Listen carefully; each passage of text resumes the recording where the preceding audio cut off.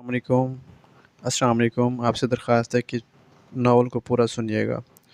हमारी शादी को 5 साल हो गए थे, पर मैं इसे एक बच्चा ना दे सकी। रोज़ लोगों के ताने सुनती थी। फिर एक दिन मैं अपने शौहर के पाँव में बैठ गई कि प्लीज़ वो एक और शादी कर लें, पर वो मान नहीं रहे थे। फिर मैंने अपनी कसम दी। पहले वो बहुत रोया, फिर मान गया। हमारा ये फ़ैसला सुनकर बहुत सब खुश हुए और फिर शादी का वक्त आ गया। इसको तैयार किया, दूल्हा बनाया और सबसे ज़्यादा खुश भी मैं नज़र आ रही थी। इसकी शादी वाली रात आज भी मुझे याद है। रात से सुबह तक इसके कमरे के बाहर ज़मीन पर बैठी रही। वो रात बहुत ही लंबी थी।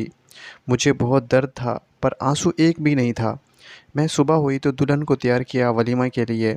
मेरा शौहर बहुत खुश नज़र आ रहा था और मेरी खुशी इसी में थी। असल कहानी तो शादी के बाद शुरू हुई।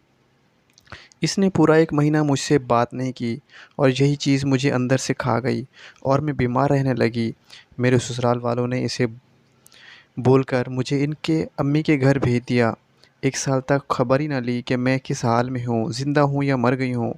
वो 1 साल क़यामत की तरह गुज़रा है। एक दिन मेरे लिए क़यामत से कम नहीं था। 1 साल बाद अल्लाह ने इनको एक बेटी और बेटे से नवाज़ा तो इनको एक नौकरानी की ज़रूरत पड़ गई। वो मुझे लेने आ गए। वालिदैन के मना करने के बावजूद मैं इनके साथ चलने के लिए तैयार हो गई। सारा दिन मुझसे नौकरानियों की तरह काम लेते, लेकिन मैं इसमें भी खुश थी। बेशक वो मुझे देखते नहीं थे, मुझसे बात नहीं करते थे, लेकिन मेरी आँखों के सामने तो थे ना। सारा दिन काम करती और सारी रात स्टोव नुमा कमरे में जाकर गुज़ारा कर देती। दिन गुज़रते रहे और मैं इस चीज़ की आदी भी हो गई थी। मेरे साथ जो कुछ भी हुआ था, मैं सब कुछ भूल चुकी थी। मेरी आज़माइश तो गुज़र चुकी थी, मेरी अपनी आज़माइश पर पूरी उतरी थी।